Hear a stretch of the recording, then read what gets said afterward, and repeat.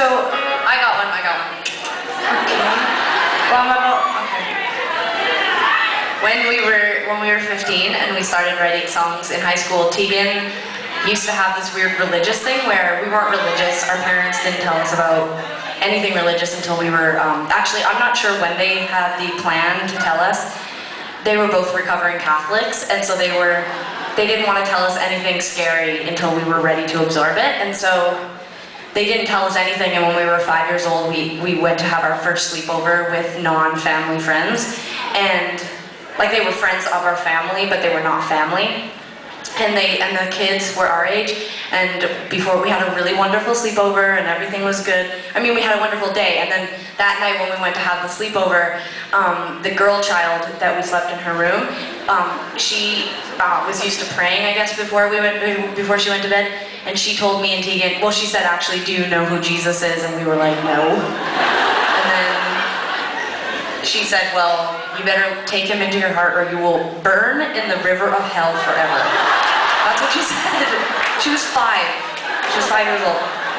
Anyways, that did not sound awesome. I didn't know really who Jesus was or what burning in river of hell would mean. But we were totally traumatized. We didn't do very well with change. And so we were like, we didn't even really know what death was at this point. So we were like, whatever that sounds like, it was scary. And so anyways, my mom was really ticked off and she didn't really want us to know about anything scary because she wanted us to be sweet and not cry or feel scared about death. But that pretty much started us on the path of being worriers. Like we always worried that we were going to die, or that if we were apart from each other, that the other one would die. Or like I started to think that I had cancer in all different parts of my body. I know, it's so funny. Assholes. I'm like, yeah, I was 6 and I thought I was gonna die. People are like, come on. No, I'm just kidding. No, it was cute. I mean, it was cute in that way where like now in retrospect, I probably seemed really sweet. That I was like, I think I'm dying. And my mom was like, you're not dying. But inside I would be like, yes, I am. Or like one time my mom took me to get an ultrasound to prove that I didn't have cancer. And then she took me to muffins afterwards to get a muffin. And that's what it was called. And after I ate the muffin, my mom was like, see, now you know because of the ultrasound that you don't have cancer. And I was like, but inside I was like, yes, I do.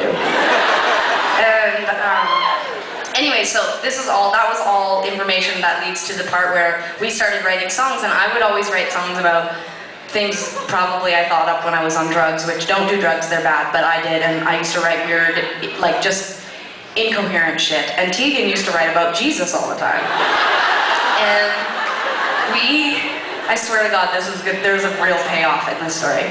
But one of our very first public gigs in high school was at an all-ages club, and it was like no alcohol, and it actually was religious. It was a religious, kind of like a drop-in center type place. Like it was called like Soul Center or something.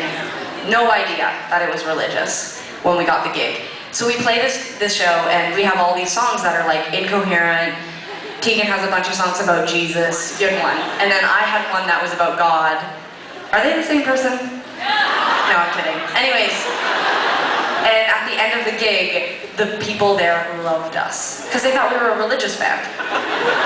Because Tegan was singing about Jesus. It was pretty alternative. The band that opened had, like, the lead singer had a shirt that says, Satan sucks dick. It's pretty progressive. Yeah, it's pretty progressive. Like they were like really, you hit your face again. I mean, are you on drugs? Are you drinking? What's happening?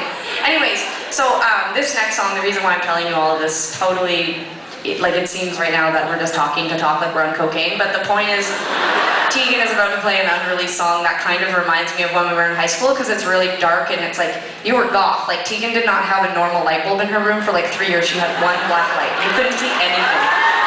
Like, I would go into Tegan's bedroom and I would be like, Tegan?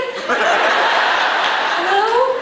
And she would be hanging from the ceiling. It was so weird. My room was full of rainbows and gayness, and Tegan was like in the dark in the corner crying. It was so weird. Anyways, that is what this next song is about.